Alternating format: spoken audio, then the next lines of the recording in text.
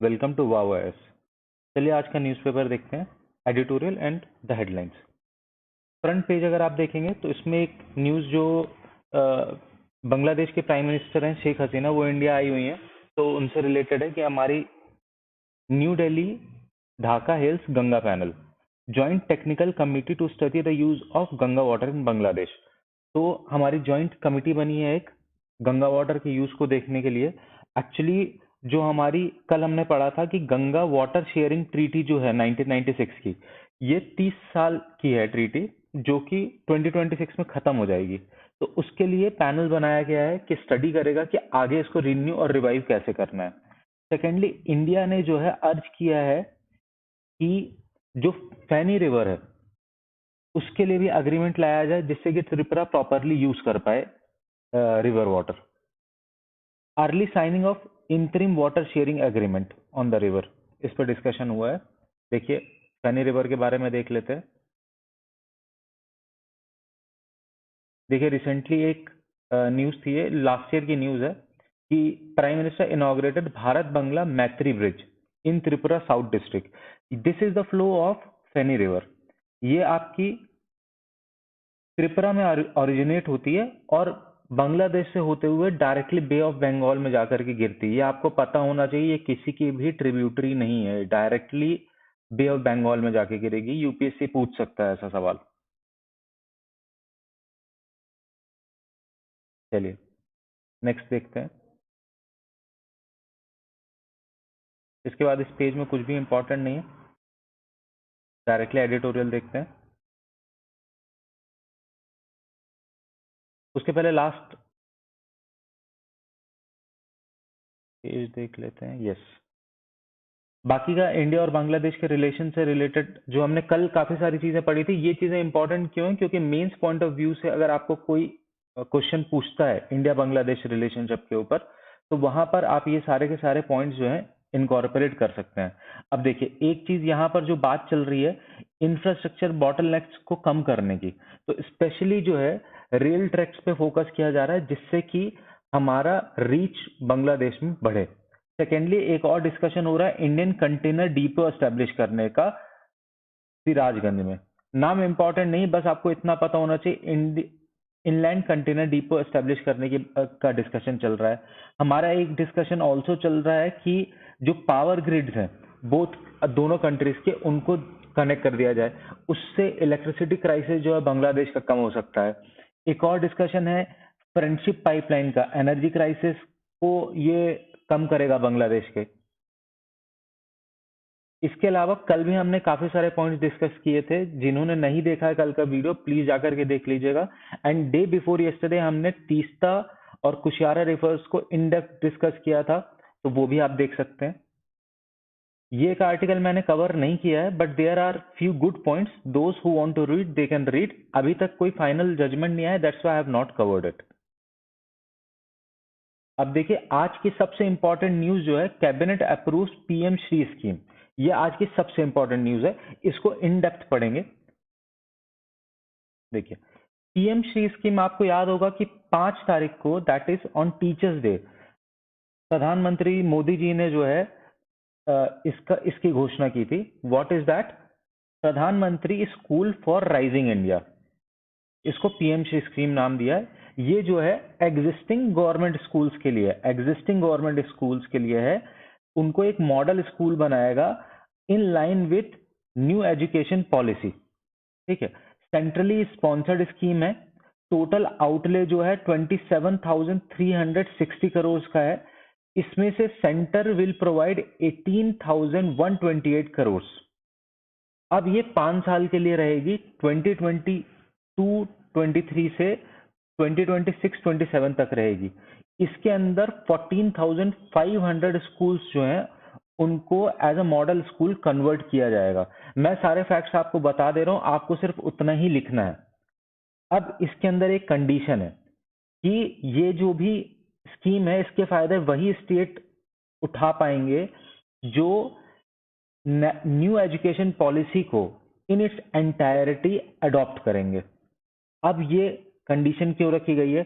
कई सारे ऐसी स्टेट्स हैं जो न्यू एजुकेशन पॉलिसी के अगेंस्ट हैं, इसके लिए यहाँ पर एग्जाम्पल दिया हुआ है तमिलनाडु का। अब तमिलनाडु क्यों इसके अगेंस्ट है? उसका ये कहना है कि एजुकेशन जो है वो स्टेट सब्जेक्ट है, तो आप पॉलिसी कैसे ला सकते हो। दूसरी चीज वो ये कह रहे हैं कि 3 लैंग्वेज पॉलिसी क्यों लेकर के आ रहा हो, जिसमें से 2 जो लैंग्वेजेस हैं वो इंडियन लैंग्वेजेस हैं। इसके बाद इसमें जो एंट्री की बात कही जाती है कि इट इज मैंडेटरी कि 3 साल के बच्चे को आपको एनरोल कराना ही कराना है। तो यहाँ पर इसकी कारण जो है कई सारे जो मार्जिनलाइज्ड कम्युनिटी के बच्चे हैं वो छूट सकते हैं। इसके बाद यहाँ पर एक और बोन ऑफ कंटेंशन है कि वोकेशनल कोर्सेज जो है क्लास 6 से ही शुरू कर दिए गए हैं, तो that can hamper the formal education.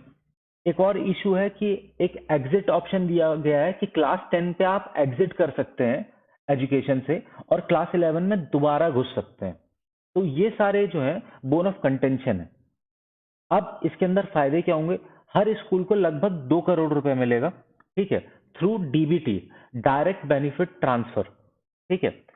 इसके बाद ये जो पैसा मिला है इसको प्रिंसिपल या फिर लोकल कमिटी जो है वो out of that 2 crore rupees 40% जो उसका अमाउंट होगा, how much will be the 40%? 80 lakh rupees, उसको इन्वेस्ट करने की फ्लेक्सिबिलिटी स्कूल के प्रिंसिपल या लोकल कमिटी को दी जाएगी। अब इसके अंदर जो पीएम श्री स्कीम है उसके अंदर स्कूल क्वालिटी असेसमेंट फ्रेमवर्क भी बनाया गया है। जो स्कूल क्वालिटी असेसमेंट फ्रेमवर्क क्या है, वो कैसे क्वालिटी असेस करेगा? पहली चीज तो वो देखेगा कि एनईपी जो है न्यू एजुकेशन पॉलिसी 2020 उसका इम्प्लीमेंटेशन कैसे हुआ है, स्टूडेंट्स कितने रजिस्टर हुए हैं, उनका एनरोलमेंट देखेगा, उनके लर्निंग प्रोग्रेस को देखेगा, ठीक है, और ईच स्टूडेंट के लर्निंग प्रोग्रेस को देखेगा। उसको किससे कंपेयर करेगा? नेशनल और स्टेट लेवल एवरेज जो है, लर्निंग एवरेज जो है उससे कंपेयर करेगा। उसके बाद लिंकिंग प्रोवाइड कर रहा है ये हायर एजुकेशनल इंस्टीट्यूट्स के साथ, and it wants for creating students rooted in the heritage of India, proud of values of Bharat, conscious of duties towards society and responsibilities towards nation building. इस news में इतना ही important था। चलिए आज का editorial देख लेते हैं। आज के एडिटोरियल में बहुत ज्यादा कुछ इंपॉर्टेंट नहीं है, कुछ बहुत ज्यादा ही इन डेप्थ डिस्कशंस किए गए, but those are of not that much of relevance. अब देखिए, जनरली जो भी न्यूज हम पढ़ते हैं पूरे न्यूज़पेपर में, that will be covered either in front page or the page that is in continuation of front page or in editorial. अगर आप रेगुलरली ये 3 पेजेस पढ़ रहे हैं तो आपका more than 90% important news cover हो जाता है। That's why we are covering these 3 pages. The spirit of 1917, ये वही जो अभी इंडिया बांग्लादेश रिलेशनशिप का हमने डिस्कशन किया। देखिए 26 ईयर्स के बाद पहली वाटर ट्रीटी हुई है आफ्टर गंगा वाटर ट्रीटी। हमने ये चीज पिछले 3 दिनों में कई बार डिस्कस कर लिया। कुशियारा रिवर के बारे में हमने कल भी डिस्कस किया था, परसों भी डिस्कस किया था, जिनका छूट गया है वो जाकर के देख लें। अब देखिए इसकी इंपॉर्टेंट क्यों है कुशियारा एग्रीमेंट की? क्योंकि फर्स्ट टाइम सेंटर जो है वो स्टेट्स को सेम टेबल पे ला पाया है और एग्रीमेंट साइन करा पाया है। वरना you must be aware of Teesta agreement issue 2011 से हेल्ड पड़ा हुआ है और वेस्ट बंगाल को सेंटर जो है कन्विंस नहीं कर पाया है।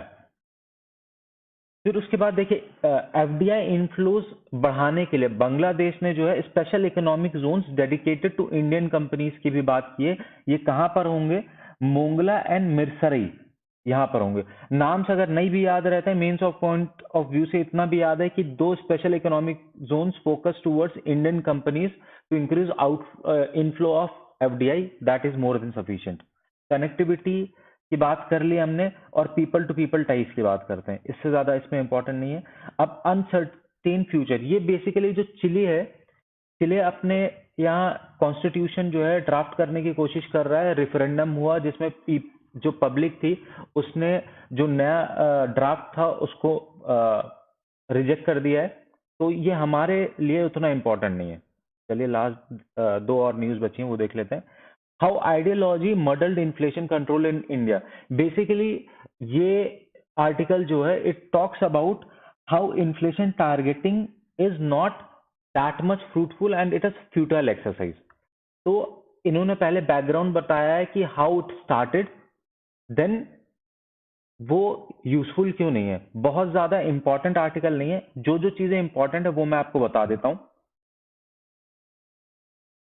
देखिए बेसिकली ये जो इन्फ्लेशन टारगेटिंग है ये शुरू कब हुई, जो आपका 1930s का ग्रेट डिप्रेशन आया था। What is depression? एक होता है इन्फ्लेशन, इन्फ्लेशन में लीड टू रिसेशन, अगर रिसेशन बहुत टाइम तक रह जाए तो that leads to depression. Basically depression एक ऐसी सिचुएशन है जिसमें कई सालों तक डिमांड में ग्रोथ नहीं आता है, अनएम्प्लॉयमेंट बढ़ता चला जाता है। ठीक है, जीडीपी ग्रोथ रेट थोड़ी है, जीडीपी नेगेटिव होने लग जाती है। GDP growth rate will be negative for multiple years. ठीक है, तो उस टाइम पे जो है, और बेसिकली ये कैपिटलिस्ट इकोनॉमीज जो है उनसे रिलेटेड आइडिया है इन्फ्लेशन टारगेटिंग का।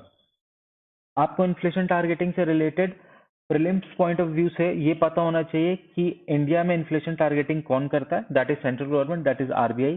कैसे करता है? मॉनेटरी पॉलिसी कमेटी के थ्रू करता है। अब मॉनेटरी पॉलिसी कमेटी के मेंबर्स कौन कौन है, क्या क्या टारगेट्स हैं उनके, then you should know about Urjit Patel committee, उसकी क्या रिकमेंडेशंस थी।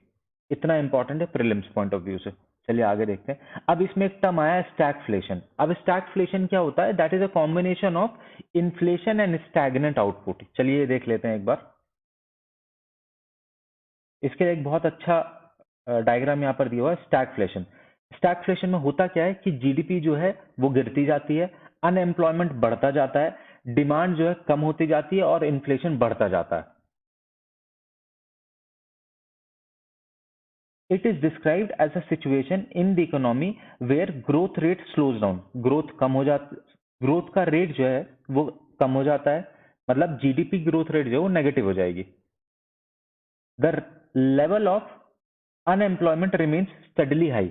अनएम्प्लॉयमेंट जो है वो बहुत ज्यादा रहेगा, एंड येट इन्फ्लेशन और प्राइस लेवल रिमेन्स हाई। और इन्फ्लेशन भी, मतलब महंगाई ज्यादा है और लोगों के पास रोजगार नहीं है, तो पैसे नहीं, कुछ खरीद नहीं पाएंगे।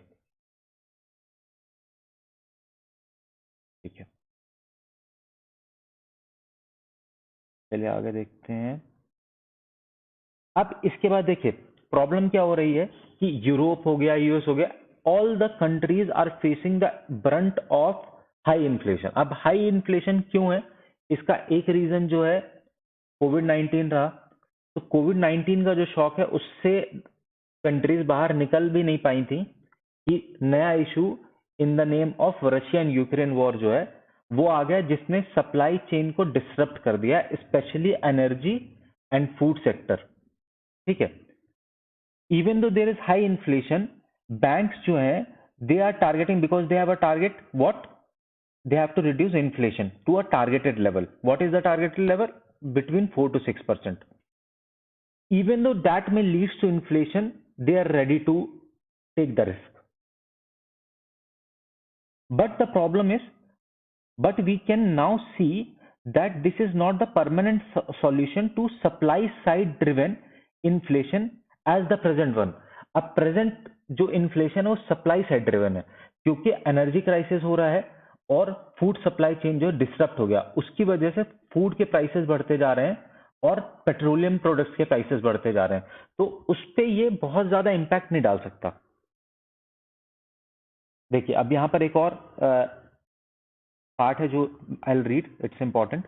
A recession works to lower inflation. A recession will leads to lowering the inflation when it does by lowering output and thereby demand. It cannot increase supply, a shortfall in which had caused the inflation to start with. अगर supply constraints की वजह से inflation बढ़ा है तो recession उसको control नहीं कर सकता है। तो with rate cut if recession will come, it will not help in lowering the inflation. अब एक और इंपॉर्टेंट चीज है कि देखिए कैसे जो आपके सेंट्रल बैंक्स हैं they have a limited scope of working. A central bank can dampen expectation of depreciation. What is depreciation? जो आपका करेंसी है उसकी वैल्यू घट जाती है. आप कई बार न्यूज में देखते होंगे कि जो है रुपए गिर गया in comparison to dollar, 80 rupees का हो गया, देन कभी कभी अप्रिशिएट कर जाता है. सो depreciation is the value decreases. आज 80 रुपीज था, कल 85 रुपीज अगेंस्ट अ डॉलर हो गया, तो वैल्यू जो है आपकी करेंसी की वो डेप्रिशिएट कर गई. तो इसको कैसे प्रिवेंट करता है बैंक जो है आपका जो फॉरेक्स रिजर्व्स हैं उनका आउटले इनफ्लो और आउटफ्लो इंक्रीज करके डिक्रीज करके कंट्रोल करता है डेप्रिसिएशन को. However, would it have any leverage when it comes to commodity price expectation? जो commodity price expectation है उसको कंट्रोल करने का कोई भी मॉडस नहीं है किसी भी बैंक के पास. No central bank holds stocks of petroleum or wheat, therefore it can never directly influence commodity price, and the public know this only too well. So on these basis they are saying that inflation targeting is not the right model at the present situation where inflation is due to supply chain issues. Okay, इस news में इतना ही important था. फिर चलिए आगे एक news को देखते हैं. The hit and a miss in TNGEDCO's tariff petition. Basically क्या है कि जो आपका डिस्कॉम कॉर्पोरेशन है तमिलनाडु का, उसने एक पिटीशन फाइल किया है क्योंकि आपको पता होगा कि पिछले कई सालों से डिस्कॉम्स के इश्यूज आ रहे हैं, दे आर ऑलमोस्ट बैंकरप्ट. तो ये चाहते थे कि जो टैरिफ्स हैं, इलेक्ट्रिसिटी टैरिफ्स, उनको बढ़ाया जाए. तो अब स्पेसिफिकली तमिलनाडु डिस्कॉम के पॉइंट ऑफ व्यू से ये आर्टिकल इंपॉर्टेंट नहीं है. ये आर्टिकल क्यों इंपॉर्टेंट है? मेंस पॉइंट ऑफ व्यू से डिस्कॉम्स या एनर्जी सेक्टर से रिलेटेड जो इश्यूज हैं और उनको कैसे रिजॉल्व किया जा सकता है उसके लिए ये इंपॉर्टेंट है. ठीक है, पहली चीज तो ये एनुअल इंक्रीज की बात करें कि टैरिफ्स में एनुअल इंक्रीज होना चाहिए 6% का. ठीक है, प्रॉब्लम क्या हो जाती है इनके साथ कि debts and long pending payments हैं, जो जनरेटर है उनको पेमेंट नहीं कर पाते हैं ये पुअर फाइनेंशियल हेल्थ की वजह से, क्योंकि टैरिफ्स जो है आउटडेटेड हो जाते हैं. एनुअल बेसिस में होगा, they will be having a leverage, they will be having a cushion to make the payments on time.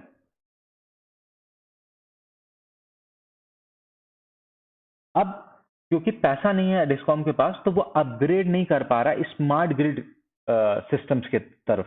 तो अगर सफिशिएंट टैरिफ्स हाइक होंगे एंड सफिशिएंट रेवेन्यू जनरेट कर पाएगा, so it will modernise it's grids, that will result in less losses and will further improve the revenues. इसके बाद एक green tariff की बात की है. अब ग्रीन टैरिफ क्या होता है ये भी देख लेते हैं. Green tariff will be the weighted average tariff of green energy that consumers will have to pay. Basically different renewable energy sector से energy जनरेट होती है और वो ग्रिड्स के पास आती है. उन सबको मिला करके उस बास्केट का एक एवरेज वेटेड एवरेज प्राइस जो है डिटरमाइन किया जाता है, दैट इज ग्रीन टैरिफ. अब एक और बात कही गई है कि large scale solar and onshore wind technologies have increasingly become cheaper than coal powered plants and continue to create employment opportunities. तो यहां पर आपको देखिए ये बात करनी है कि जो large scale products हैं, they are becoming cheaper than coal powered plants. Then secondly, they will generate employment also. So they can be the future and they can replace the coal powered thermal power plants. ठीक है, इसके बाद और कुछ इसमें important नहीं है. Last का कंक्लूजन एक बार मैं पढ़ देता हूं. Exploring integration of distributed generation, storage, rooftop solar, green hydrogen and offshore wind will help in visualizing energy future as well as building a climate resilient infrastructure. इतना ही इंपॉर्टेंट है. ठीक है, इसके अलावा कुछ भी इंपॉर्टेंट नहीं है. चलिए आज का सेशन यहीं खत्म करते हैं. Happy learning guys, keep in touch, good day.